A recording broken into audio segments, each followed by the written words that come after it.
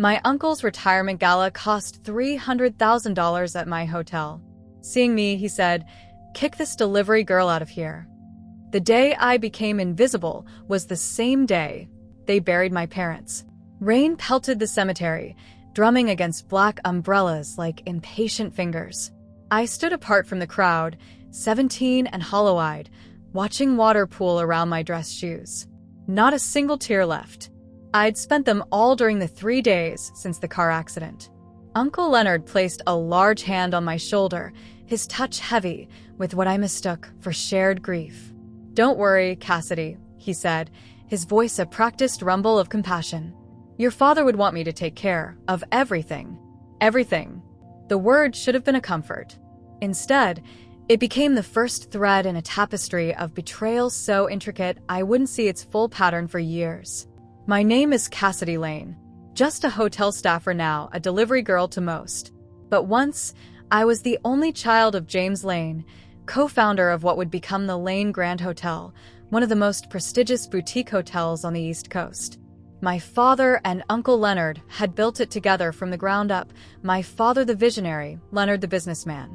They were supposed to be equal partners. I learned quickly that equal didn't mean fair. Within 6 months of the funeral, Leonard had maneuvered through a labyrinth of legal procedures. The hotel my father had poured his heart into? Restructured. My inheritance? Tied up in a trust one couldn't touch until I was 30, with Leonard as trustee. My childhood home? Sold, with proceeds reinvested in the business. "For your own good," Leonard explained over dinner at his sprawling colonial, his wife Diane nodding sympathetically. "The hotel business is complicated, Cassidy. You're just a teenager. Focus on school." I did focus on school, hospitality management at Cornell, paid for by a trust my mother had set up that Leonard couldn't touch. During those years, my calls to him went from unanswered to unreturned.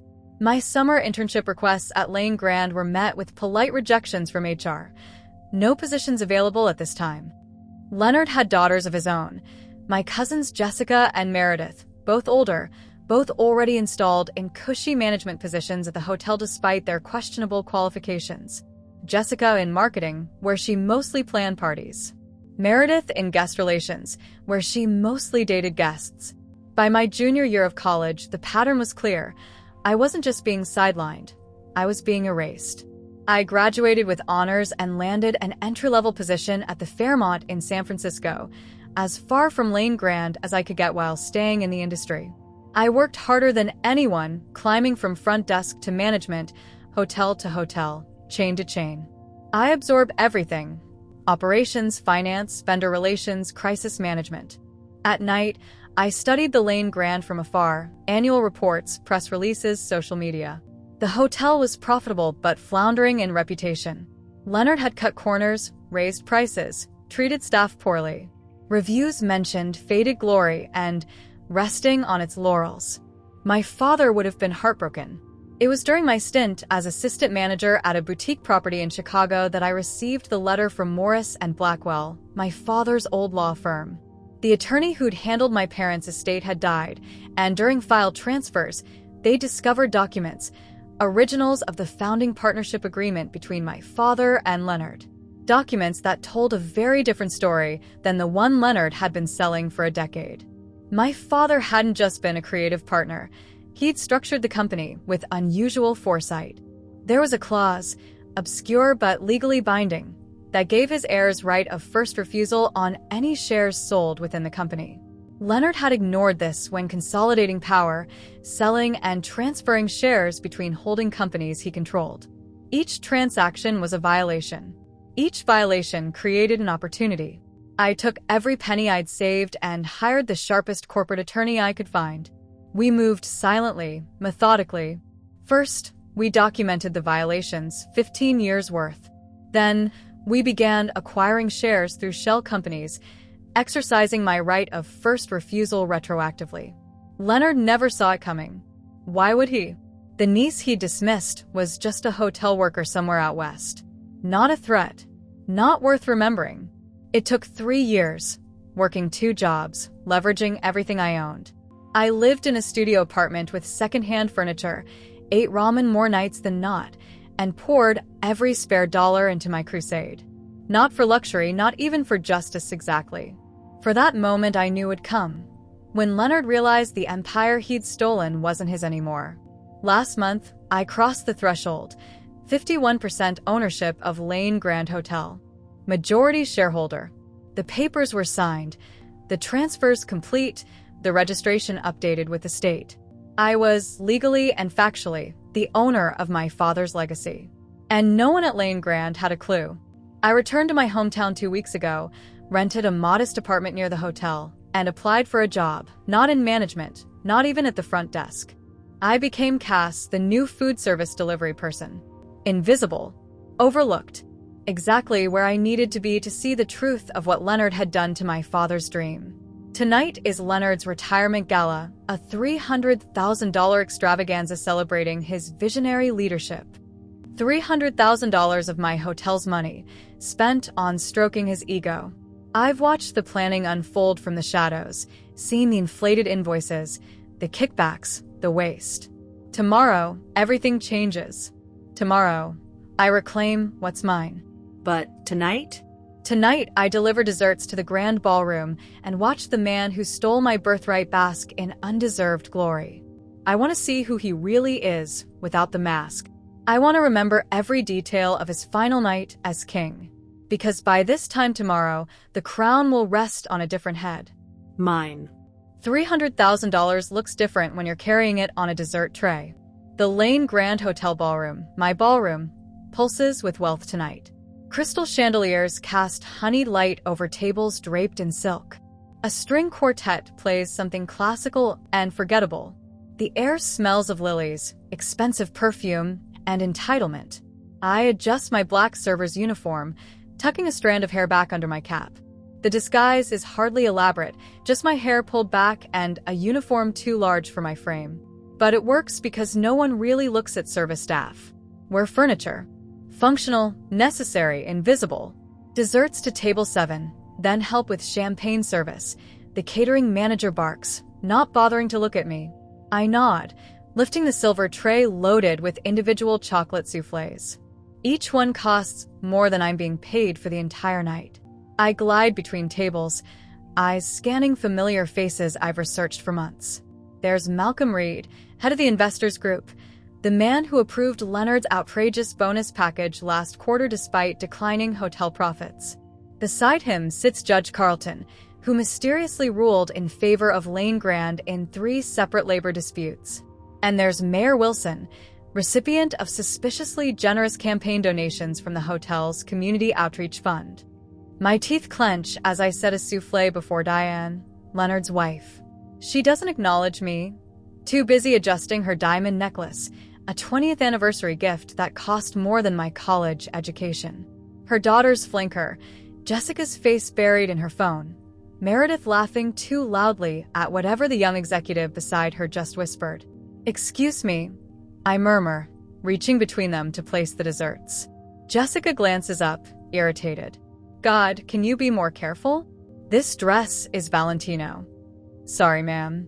The words burn my tongue.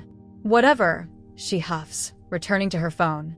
Not even a flicker of recognition. Why would there be? The last time she saw me, I was a grieving teenager.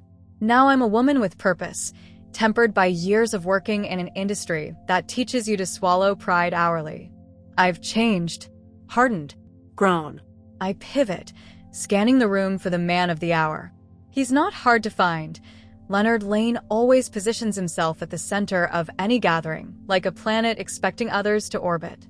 At 62, he's still imposing, tall, silver-haired, with a smile that doesn't reach his eyes. He's gesturing expansively to a group of men in identical dark suits, his signet ring catching the light. My father's ring. My hand trembles slightly. I steady the tray, breathing deeply. Not yet. Not tonight. I move to the champagne station, filling flutes for the upcoming toast. From here, I can observe the room more carefully, noting who speaks to whom, which conversations cause furtive glances. I see the chef arguing with Leonard's personal assistant, something about unpaid invoices. I watch Meredith slip a hotel room key to the executive she's been flirting with, though her engagement ring sparkles prominently. Most tellingly, I watch the hotel staff, my staff. The real ones, not the catering temps like me. Their smiles are fixed, their movements efficient but tense. When Leonard approaches, they stiffen. When he turns away, they exhale. This isn't respect. It's fear. We need more champagne on the east side, the beverage manager tells me, pointing to where Leonard now stands surrounded by admirers. Perfect. I load my tray and weave through the crowd, positioning myself just close enough to hear Leonard's booming laughter. 35 years, he's saying. From a modest family hotel to a crown jewel. James had the building, but I had the vision. He taps his temple with a manicured finger. I always told him, you need more than pretty wallpaper to build an empire. The sycophants around him chuckle on cue. My jaw tightens. My father wasn't just about pretty wallpaper. He designed spaces that made people feel both special and at home, a rare balance that made Lane Grand legendary in its early years. Champagne, sir? I step forward, offering the tray. Leonard barely glances at me, selecting a glass. But then, as if some primitive instinct has been triggered, his eyes flick back to my face. He stares for a heartbeat too long. Does he recognize me? Impossible. The girl he knew is gone. His gaze narrows. Not with recognition, but with something worse. Disdain. Why are they sending the delivery girls to serve? He mutters to his companion loudly enough for me to hear. We paid for professionals, not the back-of-house staff. His companion, a board member I recognize from my research, chuckles nervously. Perhaps they're short-handed. At these prices? Unacceptable. Leonard's voice rises, drawing attention. He gestures toward the catering manager across the room. You there? Why is this delivery girl serving my guests? The ballroom quiets. Faces turn. I stand frozen, tray extended, as the catering manager hurries over. My apologies, Mr. Lane. We needed extra hands for the toast. Leonard's face darkens. Not her hands. Not tonight. Look at her. She's ruining the photos. He gestures dismissively. Get her out of here. Now. Laughter ripples through the nearby crowd. One of the mayor's aides actually points. My cheeks burn, not with embarrassment, but with rage, so pure it tastes metallic. The catering manager grabs my elbow. I'm sorry, he whispers, steering me toward the service door. He's always like this. Nothing personal. But it is personal. It's always been personal. As the manager escorts me out, I turn for one last look. Leonard has already forgotten me, raising his glass for a toast. Behind him stands a massive portrait of himself that will hang in the lobby, replacing my father's, which has been relegated to a back office. I slip away, ditching the uniform in the staff locker room and retrieving my real clothes, a simple gray suit I'd hidden earlier. As I change, my hand stops shaking. Cold clarity replaces the anger. I wanted to see who Leonard really was without the mask. Now I know. He's exactly who I thought. A thief who believes he's earned what he's stolen. A bully who mistakes fear for respect. Tomorrow, the board convenes to finalize his retirement package, his final theft from my father's legacy. But I'll be there too. Not as Cass the delivery girl. Not as forgotten Cassidy Lane. But as the majority owner of Lane Grand Hotel. And I won't be shown the door again. Ever. Kick this delivery girl out of here. She's ruining the photos.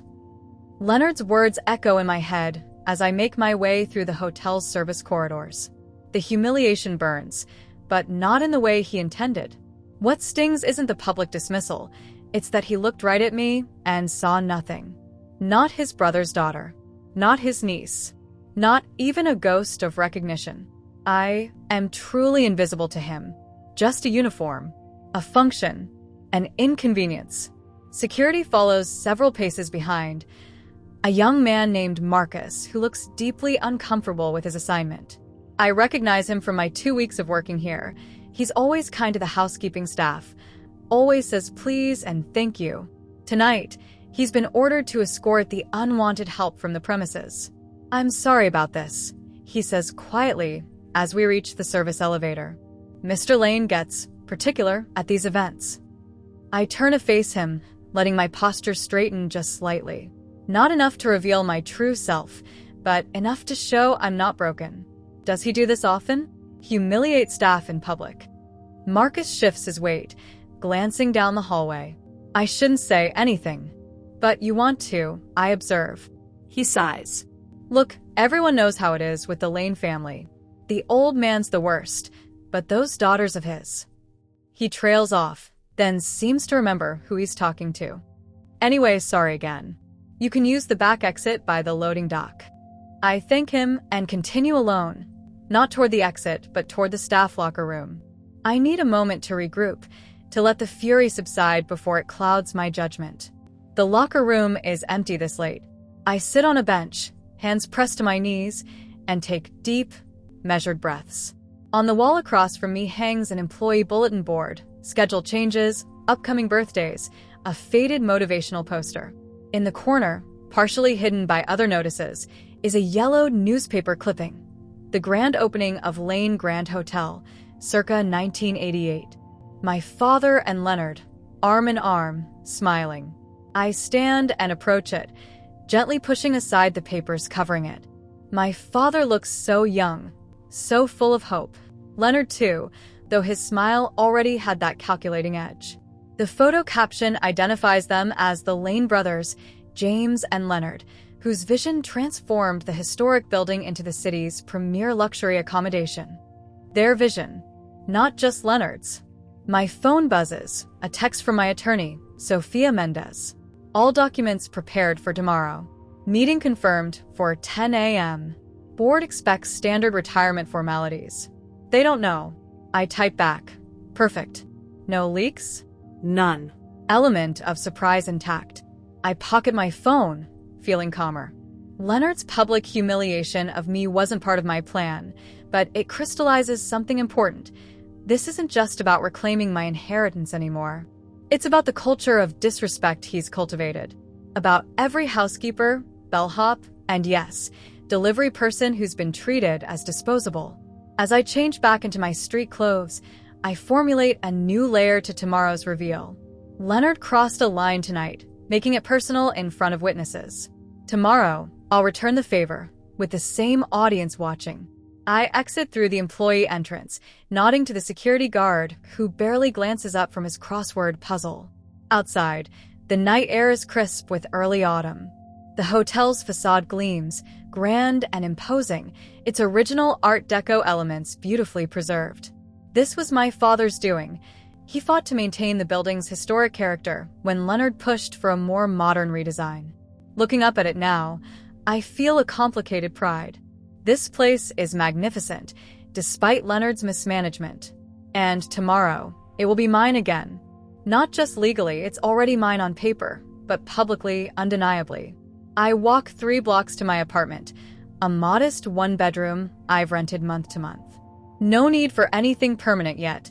Soon I'll be moving into the owner's suite at the hotel. The space designed by my father, occupied by Leonard for 15 years. Inside, I review my notes for tomorrow one last time. The documentation of Leonard's systematic violations of the founding partnership agreement. The paper trail of his financial mismanagement. The evidence of vendor kickback schemes, tax irregularities, and labor violations. I could destroy him if I wanted to. Part of me does want to. The part that remembers standing in the rain at my parents' funeral. The part that was told, at 17, that I wasn't ready to be involved in the family business. The part that was erased. But total destruction isn't my goal. The Lane Grand Hotel employs 300 people who depend on their jobs. A scandal would hurt them too. What I want is simpler. Leonard out, integrity restored, my father's legacy reclaimed. I lay out my outfit for tomorrow. A tailored black suit, crisp white blouse, my mother's pearl earrings. Professional, understated, powerful. Not the costume of someone seeking revenge, but the uniform of someone claiming their rightful place. Sleep comes fitfully. In my dreams, I'm still the delivery girl, still being escorted out while everyone laughs. But then the dream shifts, and suddenly I'm at the head of the table, Leonard shrinking smaller and smaller until he disappears completely. I wake before dawn, shower, dress, and armor myself with careful makeup and my mother's pearls. Sophia meets me for coffee 2 blocks from the hotel, reviewing our strategy one last time. "Remember, timing is everything," she says, sliding a manila folder across the table. "Let him finish his retirement speech before you present the documentation. Maximum impact." And the current board members? Most were handpicked by Leonard. They'll be shocked, maybe hostile initially. But the documentation is ironclad. They have fiduciary duties to the company and to its majority shareholder. She smiles thinly. "That's you." At precisely 9:45, we enter the Lane Grand through the main entrance. The lobby hums with activity, guests checking out, business people meeting for coffee, tour groups gathering. Everything gleams, from the marble floors to the brass fixtures, though I note small signs of neglect. A worn spot on the carpet, water damage barely visible on one ceiling panel. The front desk manager does a double take as I approach, not because she recognizes me as Cassidy Lane, but because she knows me as Cass the delivery girl, now inexplicably dressed in business attire. "Good morning," I say pleasantly. "I have an appointment with the board of directors." You," she stammers, clearly confused. "It's all right, Claire," I say, reading her name tag. "I know where the boardroom is." Sophia and I take the executive elevator to the top floor. As the doors slide open, I feel a strange calm settle over me. Beyond those double oak doors is the boardroom where my father once presided, where Leonard has ruled for 15 years, where in approximately 10 minutes, everything changes. "Ready?" Sophia asks, briefcase in hand. I nod, thinking of Leonard's dismissive gesture last night, his cruel words, the laughter that followed. Absolutely ready. The Lane Grand Hotel boardroom hasn't changed since I last saw it 15 years ago. The same 20-foot mahogany table dominates the space, surrounded by high-backed leather chairs. The same oil paintings, nautical scenes my father selected, hang on paneled walls. The same floor-to-ceiling windows showcase the city skyline. What has changed is the energy.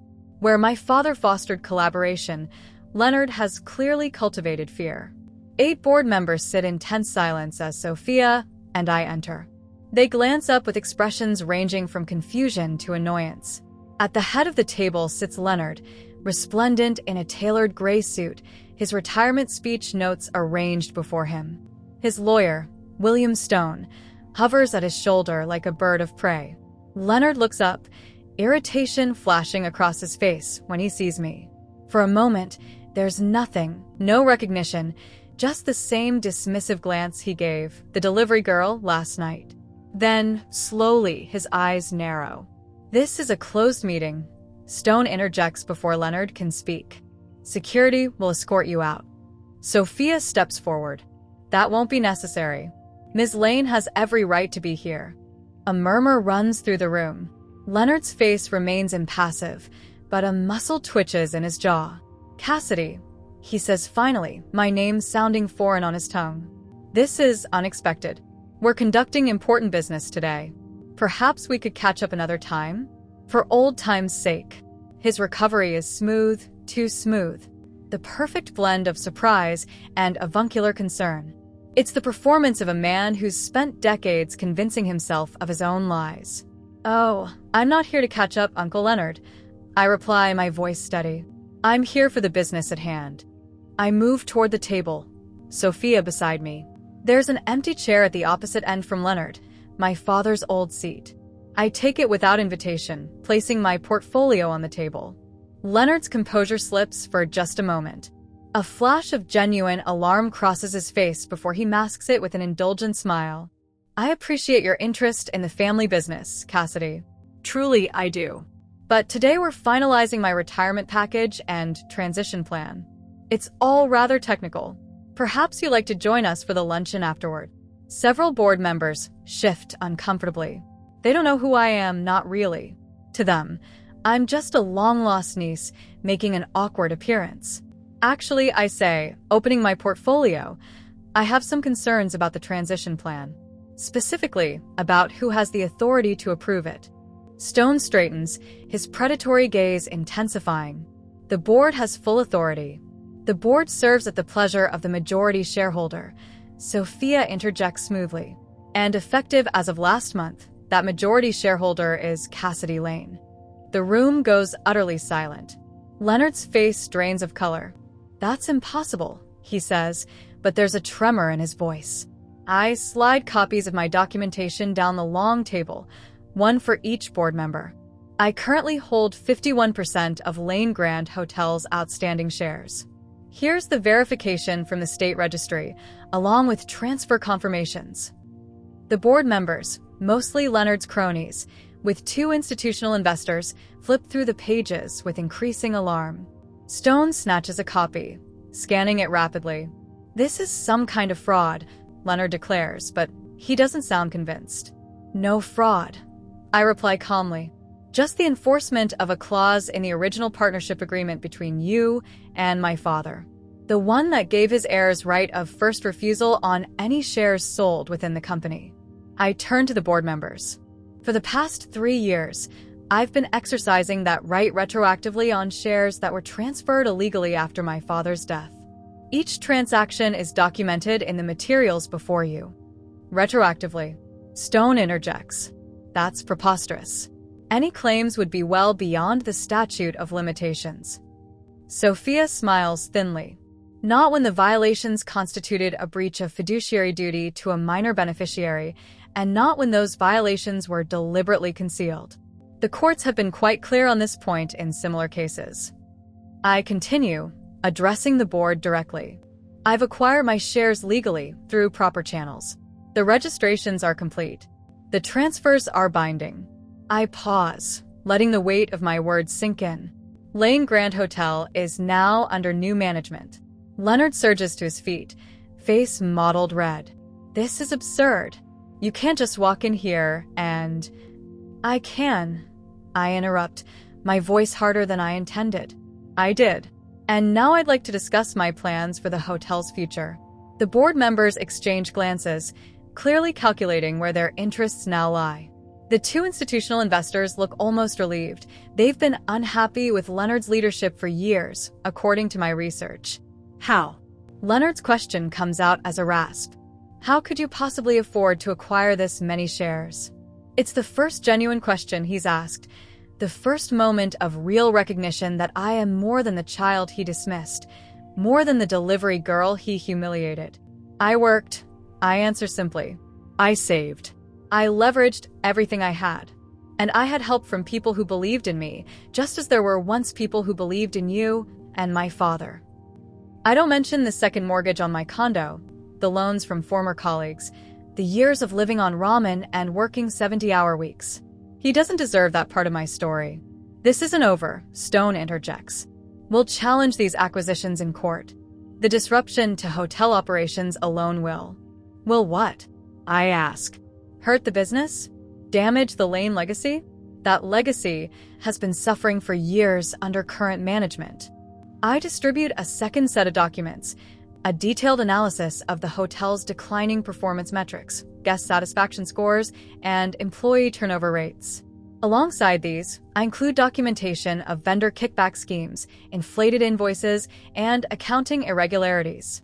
I'm not here to destroy what my father helped build. I tell the increasingly uncomfortable board.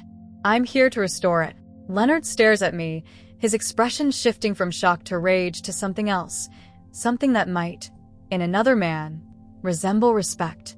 You've been planning this for years, he says, not a question but a realization. Yes.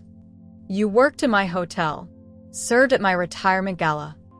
I wanted to see it for myself. See you for yourself. I meet his gaze steadily. Last night, you told security to kick me out. Said I was ruining the photos. You didn't even recognize me. A flicker of shame crosses his face. Around the table, the board members avert their eyes, suddenly fascinated by the documents before them. The board will need to verify all this, one of the institutional investors says finally, breaking the tense silence. Of course, Sophia responds. We're prepared to answer any questions and provide additional documentation as needed. But Ms. Lane's position as majority shareholder is a matter of legal record. That fact isn't up for debate. Leonard sinks back into his chair, suddenly looking every one of his 62 years. The king dethroned, the emperor exposed. What happens now? He asks quietly. I close my portfolio, my voice even. Now, Uncle Leonard, you retire. Just as planned, though perhaps with a slightly different package than you anticipated. The first week as owner of Lane Grand Hotel passes in a blur of meetings, revelations, and resistance. I move into a suite on the executive floor, not the owner's penthouse that Leonard occupied, but a more modest corner room with views of both the river and downtown. I need to be close, accessible. The penthouse can wait. Leonard departs without further confrontation, taking a settlement far smaller than his planned golden parachute. The documentation of financial irregularities provided enough leverage to ensure his quiet exit.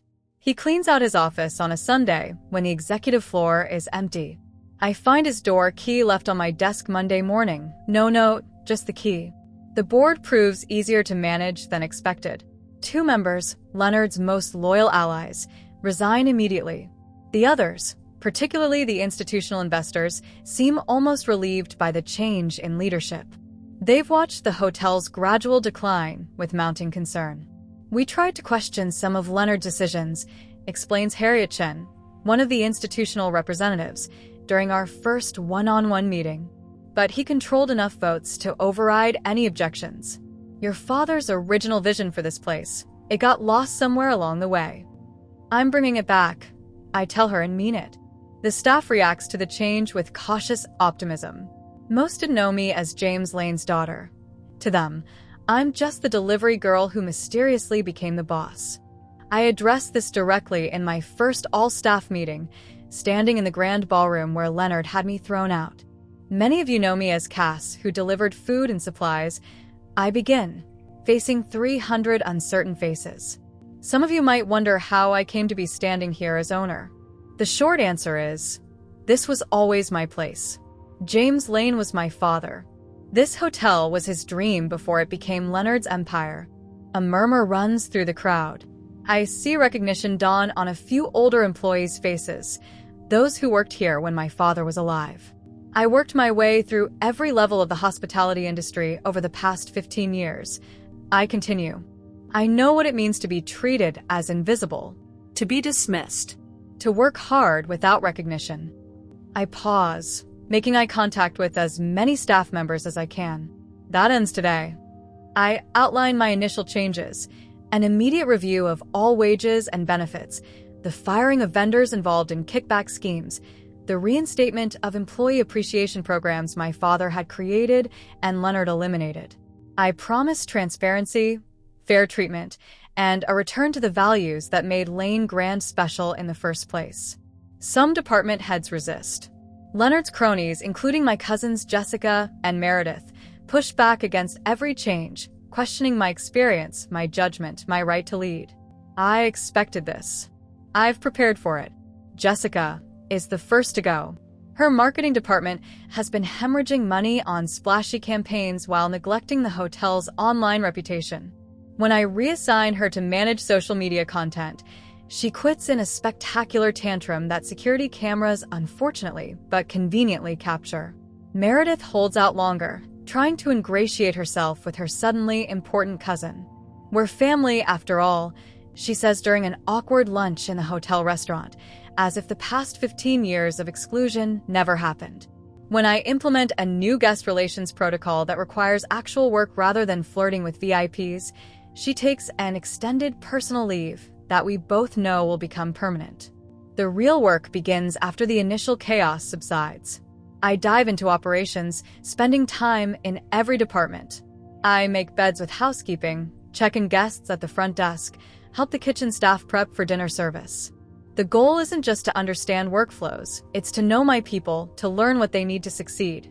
Late one night, after a particularly grueling budget meeting, I find myself drawn to the archives room in the basement.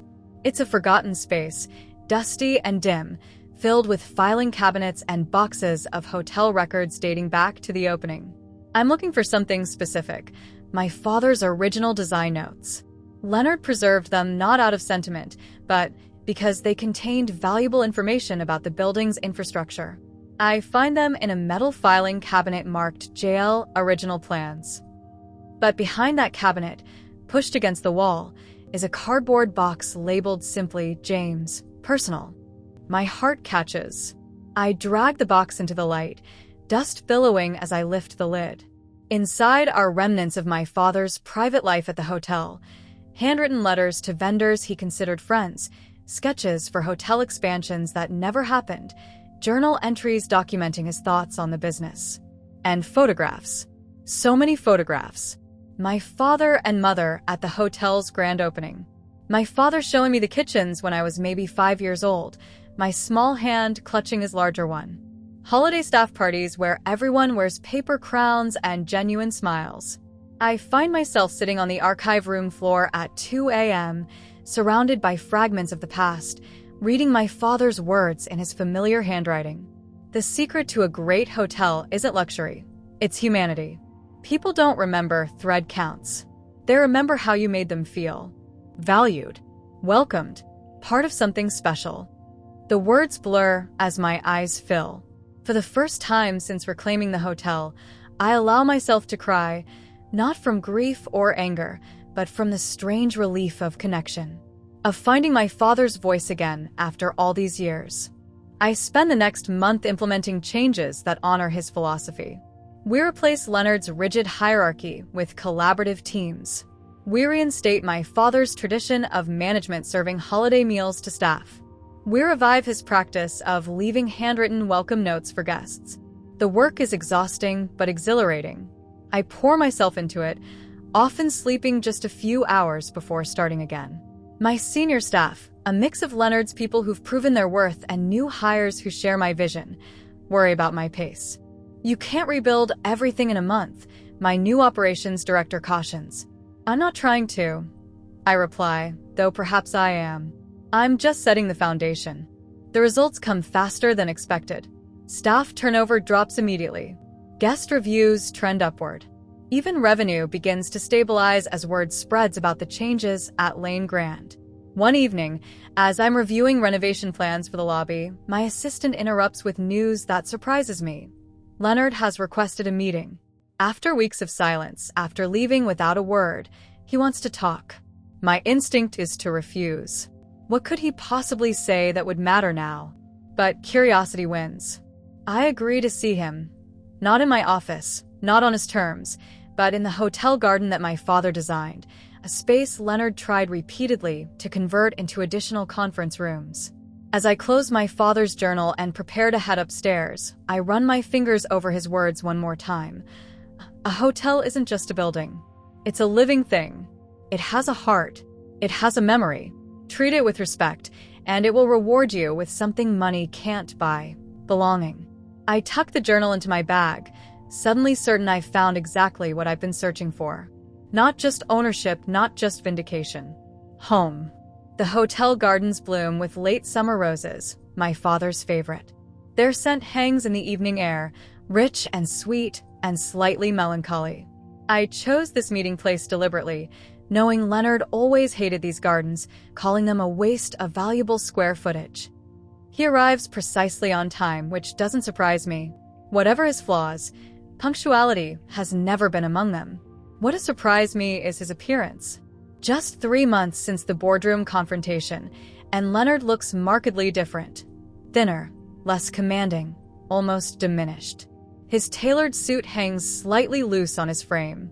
He hesitates at the garden entrance, spotting me at the small wrought iron table near the fountain. For a moment, I think he might turn and leave. Instead, he squares his shoulders and approaches. Cassidy. He nods stiffly, remaining standing until I gesture to the chair opposite mine. Uncle Leonard, thank you for coming. A server appears, one of our longest tenured staff members, Maria, who worked here since my father's time. She places a tea service between us with a warm smile directed only at me. The jasmine green you like, Ms. Lane. And Earl Grey for Mr. Lane. Thank you, Maria. I return her smile. And how's Miguel doing with his college applications? Very well. Thank you for asking. The scholarship program you reinstated, It means everything to him. Leonard watches this exchange silently, his expression unreadable. After Maria leaves, he reaches for his teacup with a hand that trembles almost imperceptibly. "You've made changes," he says finally. "Many, with more to come. The staff seems devoted to you already." "Not to me," I correct him. "To what the hotel represents now. Security. Respect. Opportunity." He sips his tea, eyes moving over the garden, the hotel facade beyond, the staff visible through windows going about their evening duties. "Why did you want to meet, Leonard?" I ask when the silence stretches too long. He sets down his cup with deliberate care. "I've been asked to speak at the Hospitality Association's annual gala next month. They want me to introduce you, officially welcome you as the new generation of Lane leadership." I hadn't expected this. "And you're willing to do that?" "Would it matter if I weren't?" "You've won, Cassidy. Thoroughly and completely. This isn't about winning, isn't it?" A flash of the old Leonard surfaces, sharp, challenging. "You orchestrated a perfect takedown. Years in the making. Brilliant execution. Don't tell me there wasn't satisfaction in watching me fall." I consider denying it, offering platitudes about business necessities. But he deserves at least this much honesty. "Yes, I admit. There was satisfaction. You took everything from me when I was 17 and grieving. You erased me from my own family's legacy. You looked at me the night of your gala, looked right at me, and didn't even recognize your own niece." He flinches at this, just slightly. "But that satisfaction was fleeting." I continue. "What matters isn't seeing you fall. It's watching the Lane Grand rise again." For the first time, Leonard truly looks at me, not as an obstacle or an adversary, but as a person. His gaze holds something like recognition. "You remind me of him," he says quietly. James. "Not just in looks. In the way you connect with people. The way you see the business." He pauses. The parts one never understood. Coming from Leonard, this is as close to an apology as I'm likely to get. I accept it for what it is. "I'll attend the gala," I tell him. "And yes, you can introduce me." He nods, some tension leaving his shoulders. We finish our tea in a silence that's not quite comfortable, but no longer combative. As he rises to leave, he reaches into his jacket pocket and withdraws a small leather box. "I should have given you this years ago," he says, placing it on the table. "It was your father's. He'd want you to have it." Leonard departs without another word, leaving me alone with the box. Inside, I find my father's pocket watch, the one he carried every day, its face inscribed with the original Lane Grand logo. Attached is a handwritten note in my father's handwriting, "For Cassidy, when she's ready to carry on our dream." Leonard had this all along. This piece of my father meant for me. He kept it through all those years of shutting me out. I close my fingers around the cool metal, feeling its gentle tick against my palm. 3 months after claiming ownership, I host my first official event as the head of Lane Grand. Not an extravagant gala like Leonard's, but an evening honoring the hotel staff. We transform the ballroom into a celebration of those who make the hotel what it is. Bellhops and housekeepers seated alongside executives, everyone equal for one night. I stand at the podium, surveying the faces before me.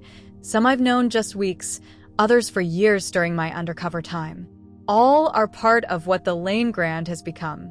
My father used to say that a great hotel isn't built with marble and crystal. I begin. It's built with dedication and heart. Everyone in this room embodies that principle. You are the Lane Grand.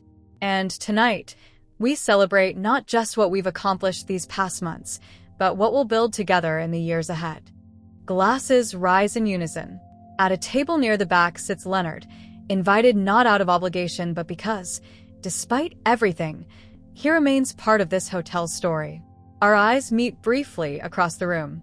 He raises his glass slightly higher than the others, a private acknowledgement passing between us. After the toast, I find myself drawn to the grand windows overlooking the city. The same view my father loved, the light stretching to the horizon like earthbound stars. I press my hand against the cool glass, feeling the watch in my pocket, heavy with history and possibility. You did it, Cass, says Sophia, appearing beside me. Everything you planned. Not everything, I smile. The plans keep evolving.